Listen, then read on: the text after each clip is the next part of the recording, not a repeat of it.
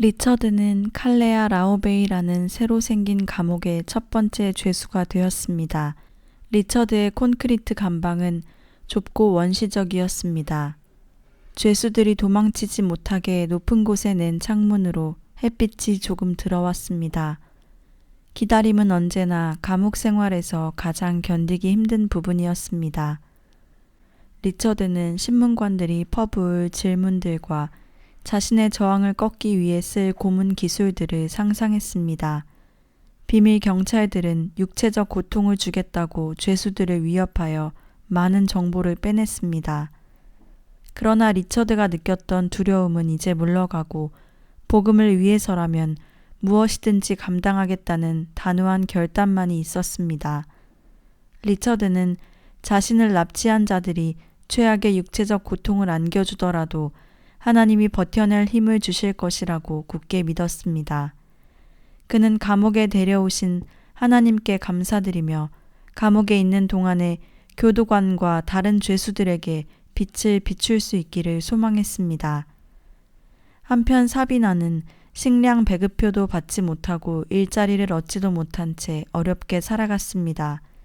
음식을 구하는 것이 한 주 한 주 도전이 되었습니다. 그녀는 밤마다 창문 곁에 앉아 흐느끼며 남편을 기다렸습니다. 그녀는 남편을 찾기 위해 갖은 노력을 다했습니다. 사비나는 고문을 견디지 못해 그리스도를 부인하고 심지어 가족과 가까운 친구까지 밀고 한 목사들을 알고 있었기에 리처드가 고문을 견뎌낼 수 있을지 걱정스러웠습니다. 1948년 리처드는 칼레아 라오베이 지하 감방 높은 창밖으로 마당 한 구석을 간신히 내다보았습니다. 리처드는 앞으로 닥칠 잔혹한 학대를 버틸 만큼 자신의 믿음이 강한지 생각해 보았습니다. 그는 오래전에 열심히 암송한 많은 성경 말씀을 떠올리며 위안을 얻었습니다. 루마니아 공산주의자들은 리처드가 다양한 기관에 소속되어 있다는 사실을 반역죄로 간주했습니다. 신문관들에게 리처드는 엄청난 정보가 담긴 보물상자였습니다. 그러나 리처드는 감옥에 갇힐 날을 대비하여 오래전부터 훈련해 왔습니다. 그는 평화로운 시기의 군인처럼 신문과 고문과 영양실조에 시달릴 때를 대비하여 몸과 마음을 준비해 왔습니다. 리처드는 다른 기독교인들이 극심한 고난을 어떻게 견뎌냈는지 여러 해 동안 연구한 적이 있었습니다. 심지어 그는 순교 실천가라고 할 만한 인물로 살았고 순교자들이 당한 것과 유사한 역경이 닥칠 것에 대비해 자신의 생활 방식을 끊임없이 통제하고 조절해 왔습니다. 준비가 덜 된 죄수들은 감옥 생활의 압박을 이기지 못하여 무너지거나 신문관들에게 종종 정보를 주었지만 리처드는 침착하게 대처해 나갔습니다. 1948년 어느 날 밤에 교도관 3명이 리처드의 감방에 들이닥쳐 얼굴에 검은 가리개를 씌우더니 긴 복도를 지나 어떤 방으로 데려갔습니다. 신문관은 리처드에게 그에 관한 모든 것을 다 적으라고 하였습니다. 리처드는 유사한 신문을 여러 차례 받은 뒤 자신을 체포한 자들의 수법과 전략을 곧 알아차렸습니다. 공산주의자들은 먼저 죄수의 마음이 여물기를 기다렸다가 죄수에게 죄책감과 불안감을 충분히 불어넣어 서서히 정보를 빼내는 방법을 취했습니다. 공산주의자들의 끝없는 속임수에 죄수들은 긴장하고 의심하고 두려워했습니다. 공산주의자들은 재판 날짜를 가짜로 잡아놓았다가 마지막 순간에 연기했고 총살 집행 부대를 감방 밖 연병장에서 훈련했으며 비명과 고함을 녹음하여 밤새도록 틀어놓았습니다. 몇 주 동안 이러한 심리게임에 시달리고 나면 죄수들은 의지력이 한풀 꺾여 동료 지하교회 기독교인들의 이름을 누설했으며 친구들을 배신했습니다. 리처드를 신문하는 동안 신문관들은 주로 너는 기독교인이니까 거짓말하지 말고 솔직히 다 털어놔 라는 식으로 말했습니다. 리처드는 그동안 자신이 체험한 여러 가지 일들을 술술 풀어놓아 신문관을 흡족하게 해주었지만 다른 중요한 문제들에 대해서는 되도록 정보를 드러내지 않았습니다. 신문관들은 몇 주 동안 잠을 거의 재우지 않으면서 리처드를 신문했습니다. 리처드는 이전에 고문을 이기지 못하고 친구들을 배신하느니 차라리 자살하겠다고 사비나에게 말한 적이 있었습니다. 그 말이 매일 밤 그의 마음을 지배했습니다.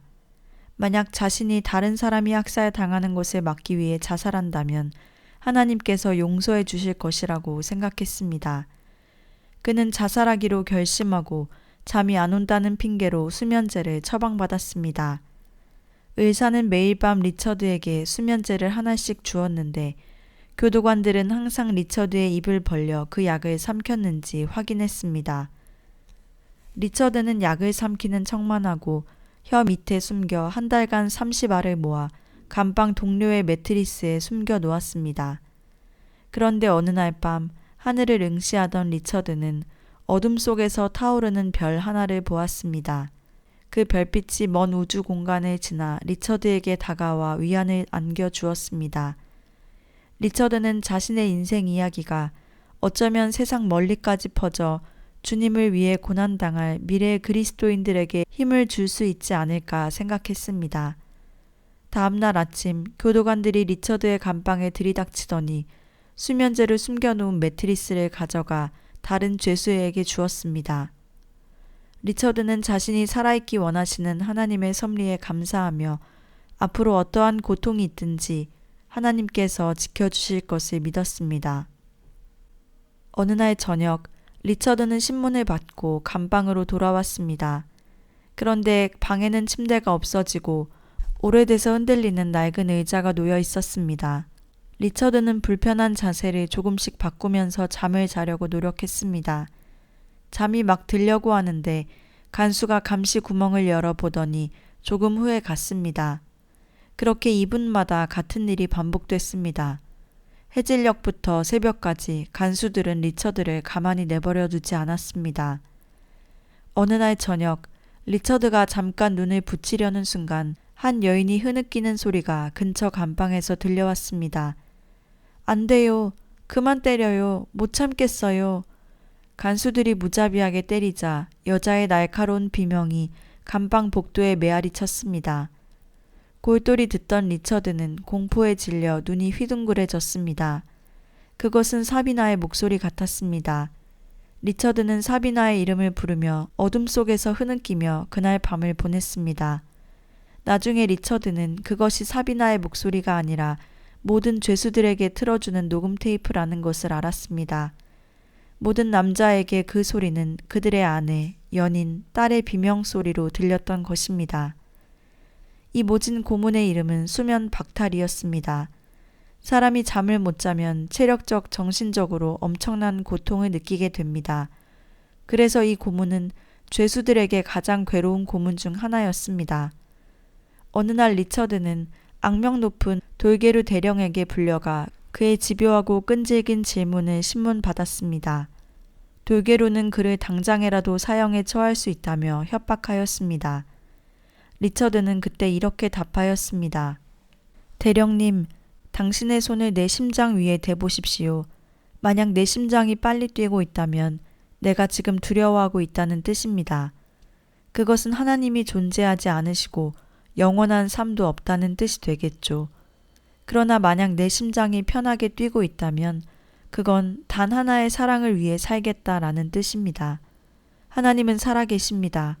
그리고 영원한 삶도 존재합니다. 돌게루는 화가 머리끝까지 나 리처드의 얼굴을 힘껏 내리쳤습니다. 그리고 리처드에게 내일 불인자루 동무를 만나게 될 것이라고 경고하였습니다. 불인자루는 고문관 중 가장 악명 높은 사람으로서 모두가 그의 방에 가는 것을 두려워하였습니다. 그의 방에는 그가 고문할 때 사용하는 곤봉, 채찍, 몽둥이 등이 있었습니다. 온갖 고문 기구들이 가득 들어찬 불인자루의 방으로 불려간 리처드는 이제 조용히 신문 받는 시절은 끝났다는 사실을 깨달았습니다. 불인자루는 리처드가 팔을 천장에 대고 발가락 끝으로 서 있게 했습니다. 사지에 피가 통하지 않아 쓰러지면 모질게 매질을 한 뒤에 다시 자세를 잡게 했습니다. 리처드는 매일 몇 시간씩 외설적이고 상스럽고 우스꽝스러운 자세를 취하도록 강요했습니다. 리처드가 자세를 잡을 때마다 교도관들은 그 모습을 보면서 깔깔댔습니다. 교도관이 리처드의 몸에 채찍 자국을 수없이 내고 있었지만 리처드는 예수님께서 벽 뒤에서 위로하며 함께 고통당하는 모습을 마음에 그렸습니다. 그리스도께서는 십자가에서 두 팔을 옆으로 쭉 뻗고 계셨습니다. 그렇다면 리처드도 당연히 두 팔을 들고 있을 수 있었습니다. 교도관들이 걸핏하면 눈을 가렸기 때문에 리처드는 감옥의 구조를 머릿속으로 그려낼 수 없었습니다. 하지만 죄수들이 조련장이라고 부르는 방만은 잘 알고 있었습니다. 그 방은 얼마나 작은지 12걸음이면 한 바퀴를 돌 수 있었습니다. 브린자루는 몇 시간씩 원을 그리며 그 방 내부를 돌라고 리처드에게 강요했습니다. 리처드는 복종했습니다. 벽에 몸을 부딪혀 시퍼렇게 멍이 들었습니다. 어지러웠고 땀이 눈에 들어가 따가웠습니다. 리처드는 눈을 감고 여기저기 심하게 부딪혔지만 어떻게든지 정신을 똑바로 차리고 자신을 괴롭히는 교도관을 위해 기도하려고 애썼습니다. 다음 날 리처드는 두 팔을 등에 대고 쪼그려 앉으라는 지시를 받았습니다. 교도관이 쇠로 된 봉을 리처드의 팔꿈치 뒤로 밀어넣어 그의 몸을 허공으로 올린 다음 나일론 채찍으로 바리며 허벅지며 가리지 않고 때렸습니다. 교도관들이 앞이 안 보이는 검은 가리개를 리처드의 눈에 씌워 놓았기 때문에 리처드는 채찍 충격에 대비할 수 없었습니다. 채찍이 날아올 때마다 고통이 2배로 늘어났습니다. 리처드는 몇 대 맞지도 않고 의식을 잃었습니다. 그러나 교도관들은 얼음장처럼 차가운 물 한 양동이를 그의 얼굴에 끼얹어 정신이 돌아오게 했습니다. 그 다음 주에는 브린자루가 리처드의 감방에 들어와 목에 칼을 겨누었습니다. 칼날이 살갗을 몇 차례 파고 들어갔고 가슴을 베었습니다. 혼절했다가 정신을 차린 리처드는 온몸이 피범벅이 된 것을 발견했습니다. 리처드의 입에 깔때기를 억지로 쑤셔놓고 위가 터질 정도로 물을 쏟아부었습니다. 그런 다음 브린자루는 리처드가 토할 때까지 발로 걷어차라고 교도관들에게 지시했습니다. 어느 날 교도관들은 리처드의 눈을 가린 뒤에 늑대 2마리를 감방에 넣었습니다. 교도관들은 죄수가 움직이면 공격하도록 훈련받은 늑대들이라고 했습니다. 리처드는 늑대들의 후끈한 입김을 코앞에서 느끼면서 꼼짝하지 않고 앉아 있었습니다. 그렇게 몇 개월이 지나면서 고문 강도는 더 세졌습니다. 교도관들은 시뻘겋게 달군 인두로 리처드의 옆구리를 찢었습니다. 그 뜨거운 열에 살갗이 지글지글 타들어가면서 리처드는 몇 초 지나지 않아 혼절했습니다. 그러면 교도관들은 또 다른 인두로 리처드의 옆구리를 찢었고 살갗이 타는 그 고통에 리처드의 정신이 돌아오곤 했습니다. 리처드가 겪은 일 중에서 인두로 살을 지지는 고문보다 더 지옥 같은 경험은 없었습니다. 그러나 리처드는 지옥에서 비슷한 고통으로 영원히 형벌받을 교도관들이 더 불쌍했습니다. 교도관들이 리처드를 고문할 때마다 의사 한 명이 모든 과정을 총괄했습니다. 리처드가 빨리 죽지 않게 하려는 조치였습니다. 때로 리처드는 죽음의 문턱까지 갔다가 돌아왔습니다. 리처드는 의식을 잃을 때까지 목이 졸렸고 폐가 공기를 들이마실 힘을 잃을 때까지 채찍질을 당했습니다. 그럴 때마다 리처드는 예수님도 채찍질을 당하셨다는 것을 기억했습니다. 그리스도께서 당하신 고난과 똑같은 고난을 겪는 것은 큰 특권이 아닐 수 없었습니다. 옆에 있는 죄수들의 울부짖음과 신음이 밤새도록 감옥에 울려 퍼졌습니다. 특히 고문틀에서 고문당한 죄수들의 팔뼈와 다리뼈가 관절에서 빠졌을 때는 더 그랬습니다. 고문틀이란 뼈가 관절에서 빠질 때까지 죄수의 사지를 잡아당기는 고문 도구였습니다. 죄수들은 고문틀이라는 말만 들어도 겁에 질려 많은 비밀을 술술 털어놓았습니다. 지하교회의 비밀을 아는 자들의 이름을 대라며 브린자루가 다그쳤습니다. 리처드는 여러 사람의 이름과 주소를 적었지만 이미 죽었거나 서구 세계로 탈출한 사람들의 이름을 적음으로써 친구들을 결코 배신하지 않았습니다. 체포당하기 전 리처드는 조롱이나 굴욕당하는 것을 조금도 두려워하지 않았었습니다. 그러나 다른 교도관들이 지켜보며 깔깔대는 가운데 교도관 두 사람이 리처드의 입에 침을 뱉고 소변을 보았을 때 그 모든 것이 바뀌고 말았습니다. 교도관들은 리처드를 고문하면서 동성애자, 간통범, 절도범, 첩자, 반역자임을 자백하라고 강요했습니다. 고문이 끝나고 밤에 감방으로 돌아오면 리처드는 낮에 받은 정신적 충격으로 흐느꼈고 다음날 이어질 고문을 견딜 힘을 달라고 기도했습니다. 리처드를 체포한 자들은 그를 인두로 지지고 채찍으로 때리고 조롱하고 굴욕을 줄 수 있었습니다. 그러나 유럽의 공산주의자들 전부가 힘을 모아도 리처드의 영혼을 앗아갈 수는 없었습니다. 정말로 강력하신 분이 리처드의 손을 쥐고 계셨고 누구도 그의 손에서 리처드의 영혼을 떼어놓을 수 없었기 때문입니다. 수감 기간 8년 중 처음 3년 동안 리처드는 독방에서 지냈습니다. 매 맞고 신문 받으러 끌려나가는 것이 감방을 나가는 유일한 기회였습니다. 펜이나 종이가 없어서 리처드는 글 쓰는 법도 잊어버렸습니다.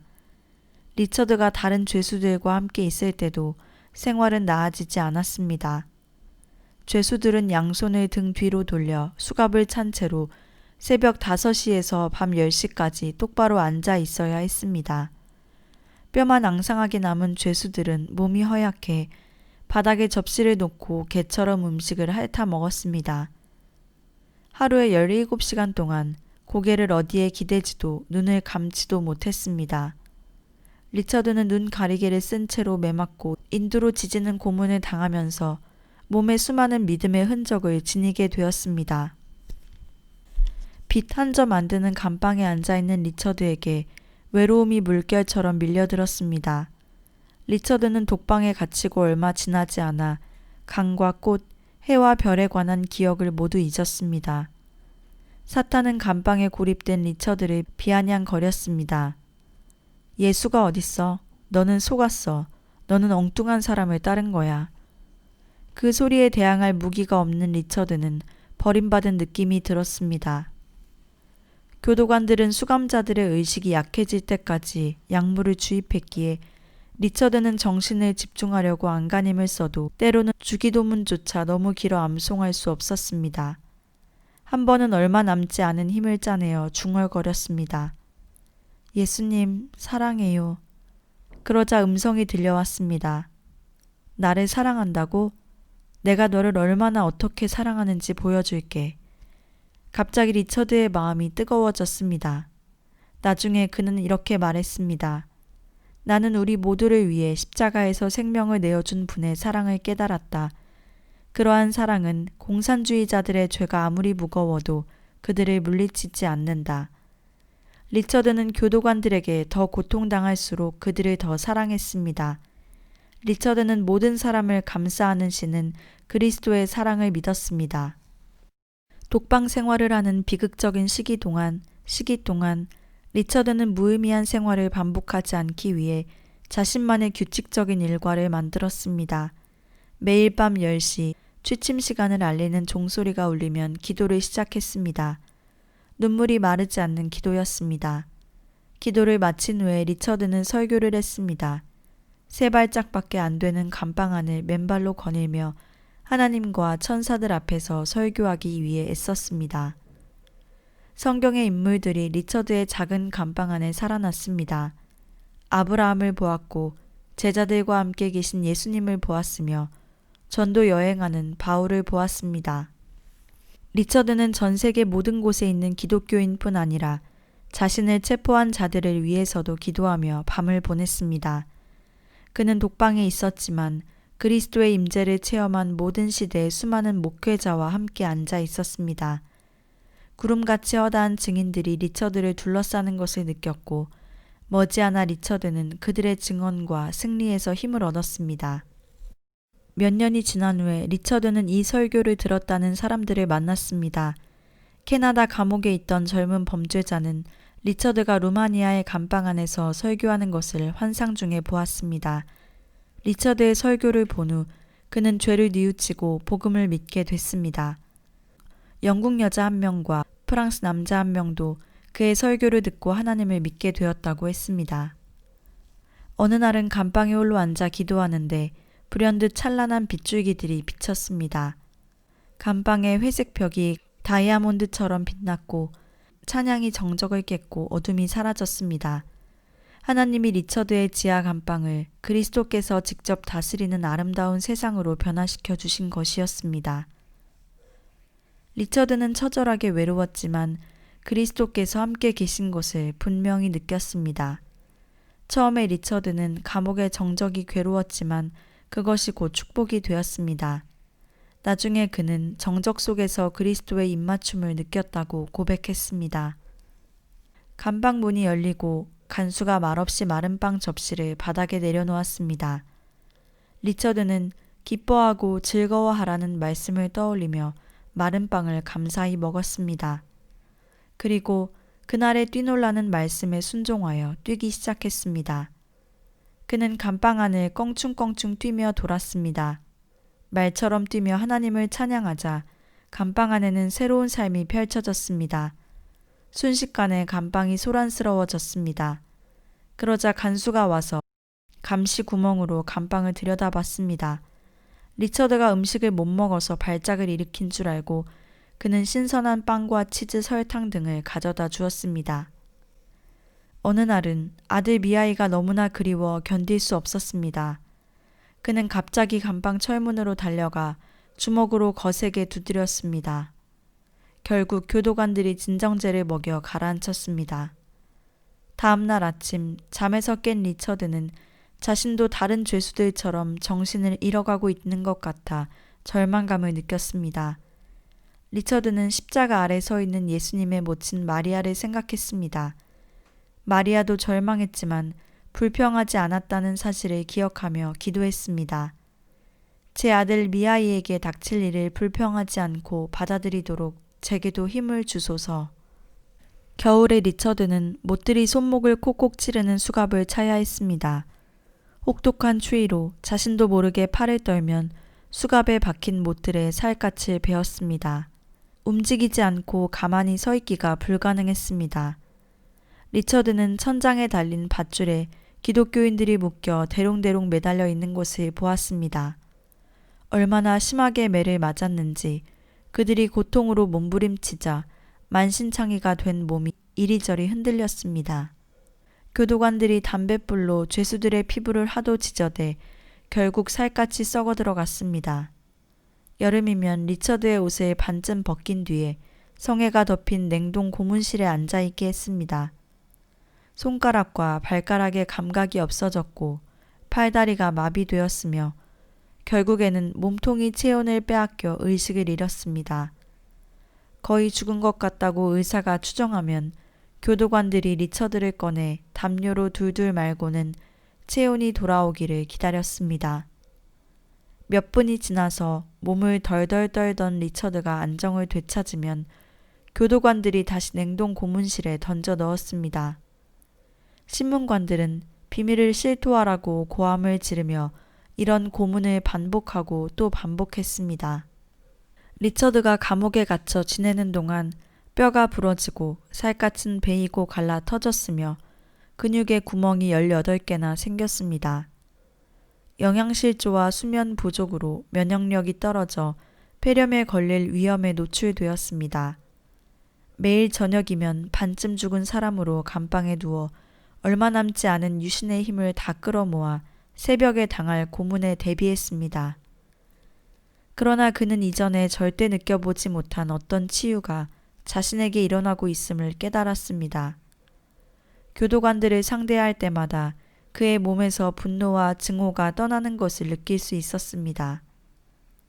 신문관에 대해 악담을 퍼붓는 다른 죄수들과는 달리 리처드는 그들을 사랑하기 시작했습니다. 그는 고문을 얼마나 견딜 수 있는지가 아니라 고문하는 자들을 얼마나 사랑할 수 있는지를 기준으로 하나님이 자신을 심판하실 것이라는 결론을 내렸습니다. 리처드는 범죄를 저지르는 공산주의자들을 비난하면 안 된다고 믿었습니다.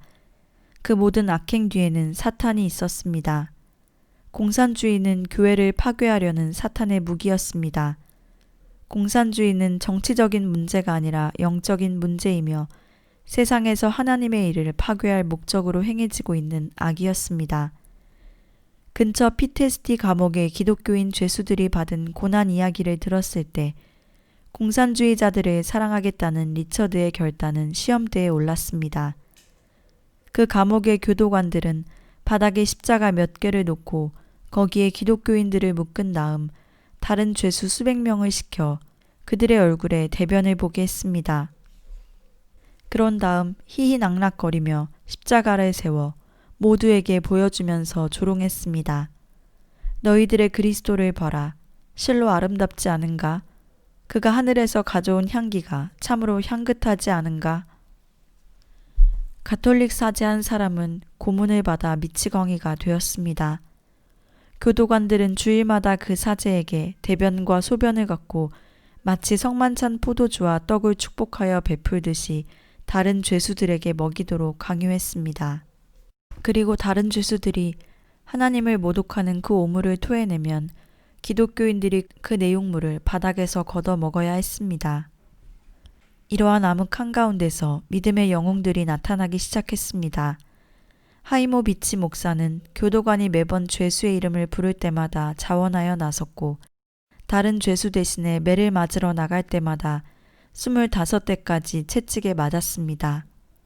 하이모 비치 목사의 그런 행실은 자신을 희생하여 다른 사람을 구하는 그리스도의 본을 보였습니다.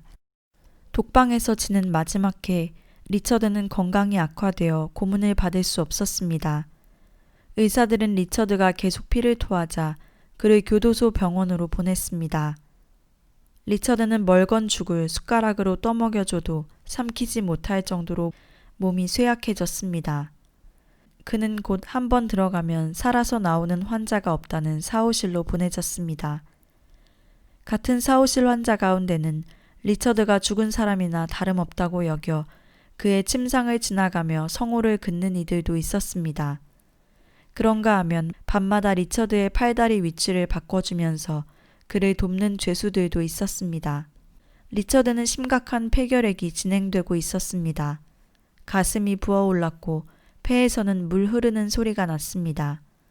리처드는 폐의 고인물을 주체하지 못해 힘겨워했습니다. 그는 눈을 감으면 이 세상에서 눈을 뜨게 될지 아니면 다음 세상에서 눈을 뜨게 될지 알 수 없었습니다. 그런데 기적적으로 리처드의 상태가 좋아졌습니다. 의사는 리처드의 정신이 맑아지고 열이 내리고 폐가 치유되기 시작하자 놀라움을 금치 못했습니다. 그는 음식을 다시 먹기 시작했고 어느 때보다도 뜨겁게 믿음을 전했습니다. 매주 죽음이 사오실을 찾아왔지만 무신론자로 죽음을 맞이하는 죄수는 한 명도 없었습니다. 리처드가 그들의 임시 목회자가 되어 가장 고집스러운 불신자일지라도 마지막 숨을 쉬기 전에 하나님과 화해하도록 돕고 있었기 때문입니다. 죽음은 리처드에게 살인자, 도둑, 죄인, 파시스트로 구성된 새로운 양떼들을 주었습니다. 사오실에도 부활절이 찾아왔습니다. 부활절 아침 죄수 한 명이 각설탕 2개를 몰래 종이로 싸서 가지고 왔습니다. 죄수들은 설탕을 본 지 몇 년이 지났기 때문에 자신들의 눈을 의심했습니다. 영양실조로 쇠약해진 죄수들의 육신은 달짝지근한 설탕을 극소량이라도 맛보기를 갈망했습니다. 그러나 그들은 서로 더 상태가 안 좋은 사람에게 양보하기 위해 먹지 않았습니다. 며칠이 지난 뒤 리처드는 체온이 올라 머리가 깨질 듯이 아파 제대로 앉아있지도 못했습니다. 환자 죄수들이 침상에서 침상으로 각설탕을 넘겨 리처드에게 전달해 주었습니다. 리처드는 설탕을 먹을까 잠시 생각했습니다. 뿌리치기 어려운 그 정육면체를 육신의 모든 감각이 원했지만 리처드는 뿌리쳤습니다. 며칠이 지난 뒤 리처드는 나이 들어 죽음을 눈앞에 두고 있는 그리스도인 공산주의자 소테리스에게 설탕을 주었습니다. 그는 자신의 공적을 자만심에 들떠 떠버리길 잘했지만 죽음이 다가오자 하나님께 구원을 간청했습니다. 2년 동안 죄수들은 그 각설탕을 이 사람 저 사람에게 전달했고 그것을 받은 사람마다 자신보다 더 필요한 처지에 놓인 사람에게 양보했습니다. 그 귀한 흰 알갱이를 날름 집어삼킬 정도로 이기적인 죄수는 한 명도 없었습니다. 리처드는 어느 날 한 죄수로부터 자신의 부인 사비나가 감옥에 있다는 사실을 알게 되었습니다. 여 죄수를 학대하기로 악명 높은 노동 수용소에 갇혀 매우 아프지만 살아있다는 소식을 듣고 리처드는 도저히 감정을 절제할 수 없었습니다. 그는 며칠 동안 식음을 전폐했습니다. 리처드는 사비나가 얼마나 무서울까 생각해 보았습니다. 만약 그가 목사가 되지 않고 지하교회에서 일하지 않았다면 그녀가 안전했을 것이라 생각하자 모든 것이 절망스러웠습니다. 그때 괴로워하는 리처드를 본 수로이아누 신부가 말했습니다. 웃으려면 얼굴 근육 17개를 써야 하지만 찡그리려면 43개를 써야 돼요. 수로이아누 신부를 처음 본 날부터 리처드는 그에게 매료되어 있었습니다. 신부가 들어가는 모든 방은 거룩하고 권위 있는 분위기로 가득했습니다. 수로이아누 신부는 안녕하세요, 좋은 아침입니다 라고 인사하는 법이 없었습니다. 그는 언제나 기뻐합시다 라고 인사했습니다. 수로이아누 신부는 다른 어떤 죄수보다 슬퍼할 이유가 많은 사람이었습니다. 그의 딸 하나는 불구가 되었고 사위는 감옥에 갇혔습니다. 또 다른 딸은 20년 고문형을 선고받았습니다. 기독교인인 아들 하나는 감옥에서 죽었고 그리스도를 증오한 다른 아들은 종교에 반항하며 인생을 허비했습니다. 그의 손자는 모두 고아가 되었습니다. 리처드는 그에게 질문했습니다. 신부님은 역경을 너무 많이 겪으셨잖아요. 그런데 어떻게 그렇게 계속 기뻐할 수 있습니까? 기뻐하지 않는 건 심각한 죄입니다. 기뻐할 만한 이유가 언제나 있으니까요. 하늘과 내 마음에 하나님이 계십니다. 수로이아누 신부가 온유한 얼굴로 리처드를 바라보았습니다. 형제여, 기뻐하지 않은 모든 날은 잃어버린 날이랍니다. 다시는 하루를 낭비하지 마세요. 그날은 결코 다시 돌아오지 않습니다. 리처드는 신부가 격려해준 말을 마음 깊이 새기고 며칠 만에 처음으로 기도했습니다. 사비나의 생명을 구해주시고 복음을 전할 기회를 주신 하나님께 감사드렸습니다. 리처드는 2년 6개월 동안 폐결핵과 싸웠습니다.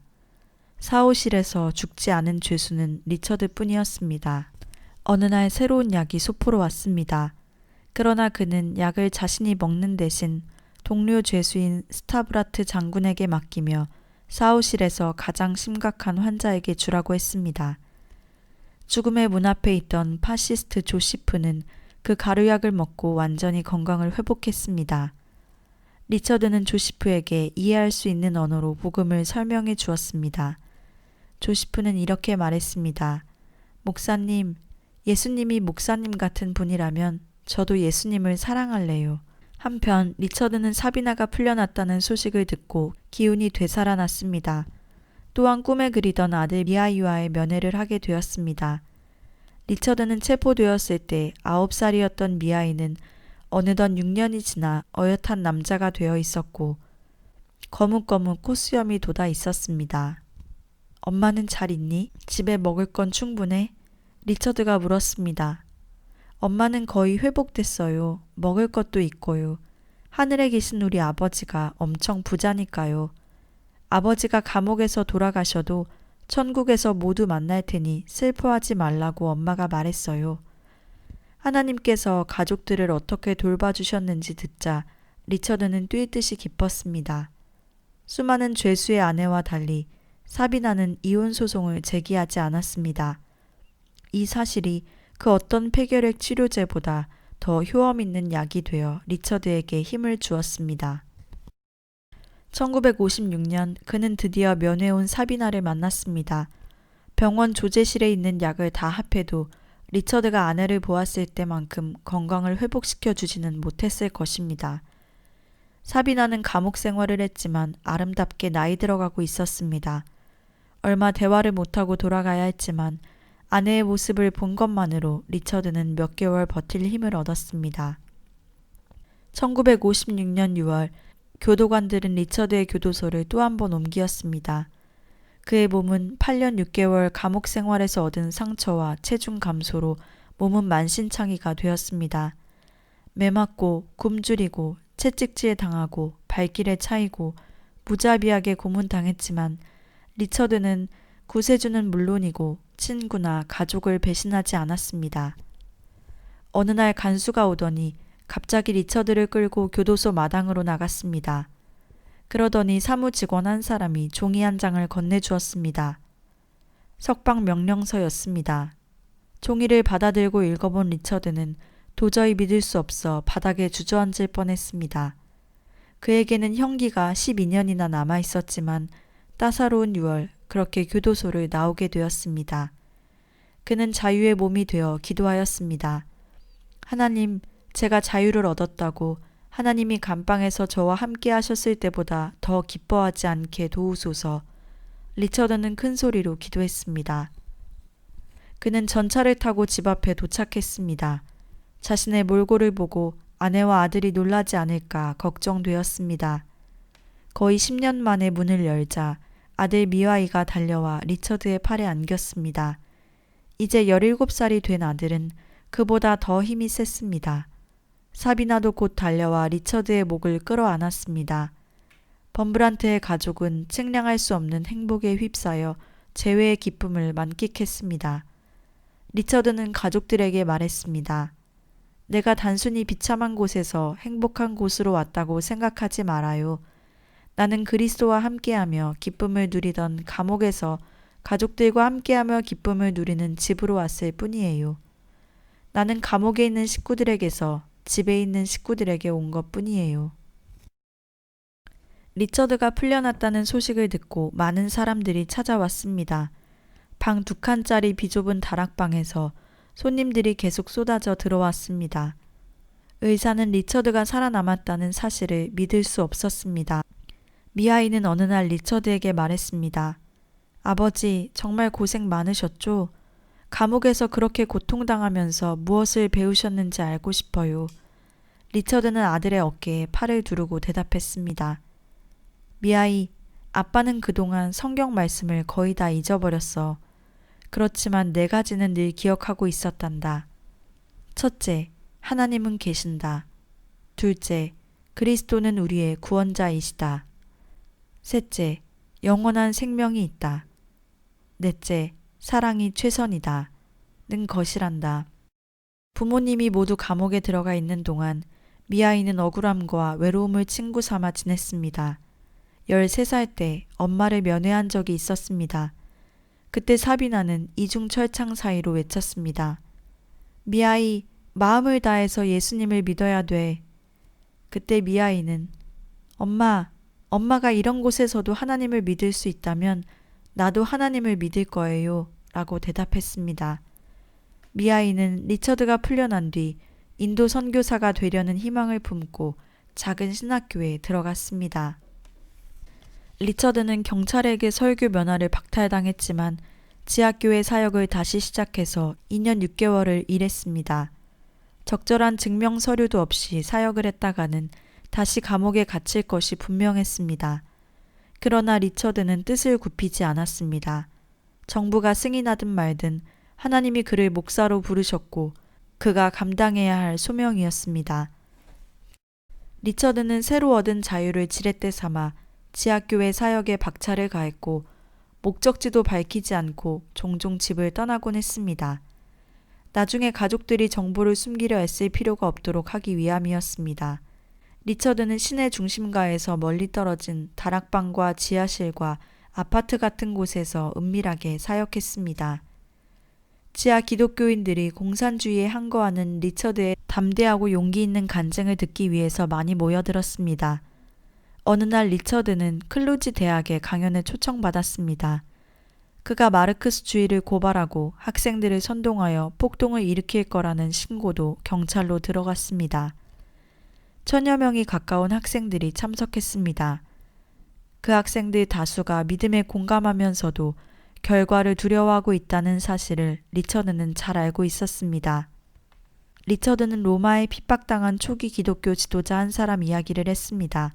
먹지 못해 허기진 그 기독교인은 고통을 이기는 귀한 해결책을 발견했다고 아내에게 말했습니다.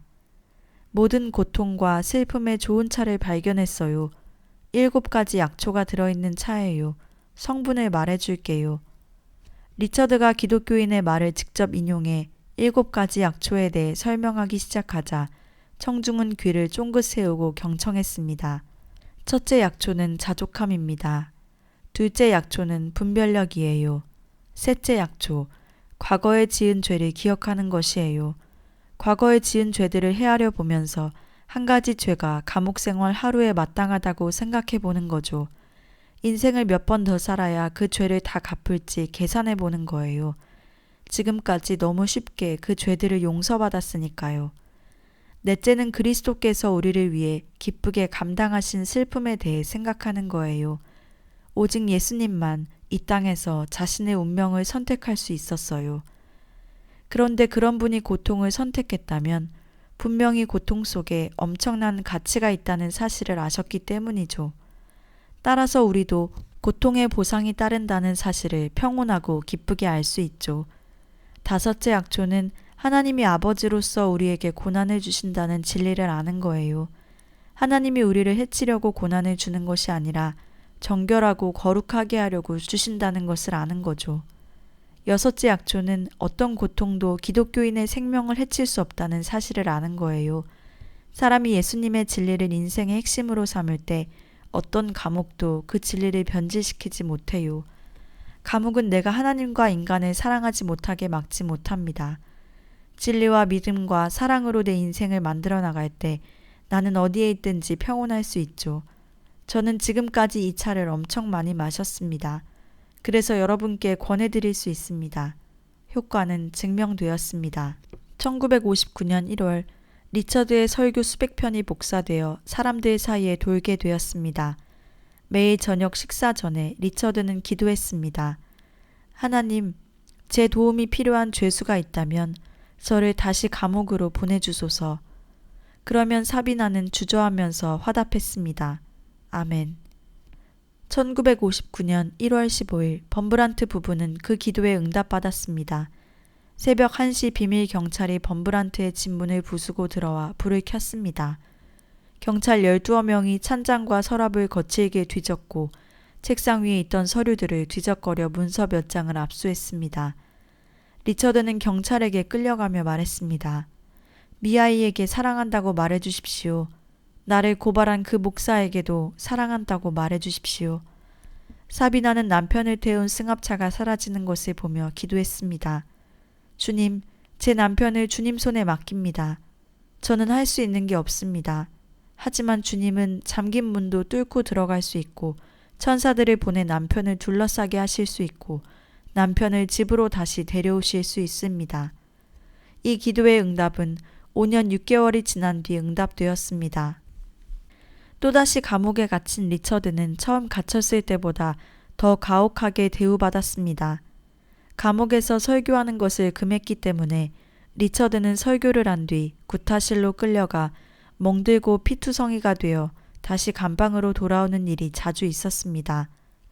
리처드는 구타를 당하며 고통을 느꼈지만 영혼은 이성으로는 도무지 이해하지 못할 초월적 평화를 체험했습니다. 교도관들은 리처드의 육신을 해칠 수 있을지 몰라도 영혼은 절대 꺾어 놓을 수 없었습니다. 빵 한 조각과 썩은 재료로 끓인 수프, 리처드와 다른 죄수들이 일주일 동안 먹는 음식은 그것이 전부였습니다. 그러나 빈약한 그 배급량을 갖고서도 그들은 11조를 떼어 몸이 더 약하고 절망적인 죄수들에게 주었습니다. 사형 판결을 받은 기독교인 죄수는 마지막으로 아내를 한번 볼 수 있었습니다. 그들은 마지막으로 만난 아내에게 이렇게 말했습니다. 내가 나를 죽이는 자들을 사랑하면서 죽는다는 사실을 꼭 알아야 해요. 당신도 그들을 사랑하고 원한을 품지 말아요. 우리는 천국에서 다시 만날 거예요. 옆에 있던 교도관들이 이런 대화를 듣고 기독교인이 되는 일들이 자주 일어났습니다. 순교자들의 생애 마지막 순간의 아름다움이 교도소의 회색빛 죄수복과 시멘트 벽에 대조되어 눈부시게 빛났습니다. 리처드는 6년 만에 감옥에서 나왔습니다. 나뭇가지처럼 마른 리처드의 몸무게는 43kg밖에 되지 않았습니다. 너무 오랜 세월 매맞고 세뇌당해 건장한 체구가 많이 상했습니다. 어디를 가든지 많은 사람들은 리처드를 보기 위해 모였습니다. 여러 교회에서 리처드를 초청해 설교를 부탁했고 그가 가는 곳마다 수많은 영혼을 그리스도께로 인도했습니다. 석탄이 압력을 받고 또 받으면 다이아몬드가 되듯이 리처드는 다이아몬드가 되어 감옥을 나왔습니다.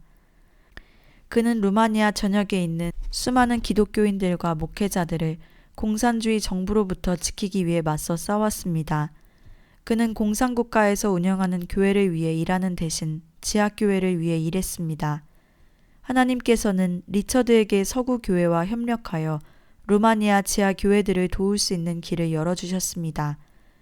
리처드가 다시 체포될 위기에 처하자 서구 세계 기독교 단체에서 그의 몸값 1달러를 지급하여 그를 루마니아에서 구출하였습니다.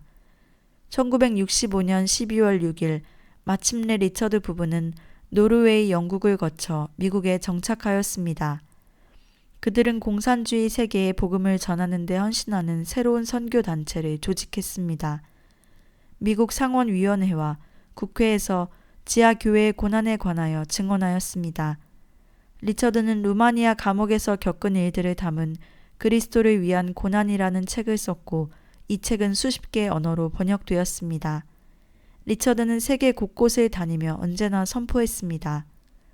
공산주의는 증오하되 공산주의자는 사랑하고 그리스도께로 데려오십시오. 그들은 미국에 살면서 부유함에 익숙해질까 두려워 집이나 자동차, 심지어는 자전거조차 소유하지 않았습니다. 맛있는 음식을 먹을 때마다 감옥에서 굶는 수많은 사람들의 얼굴을 기억했고 리처드는 썩은 양배추 수프 맛을 절대 잊지 않았습니다.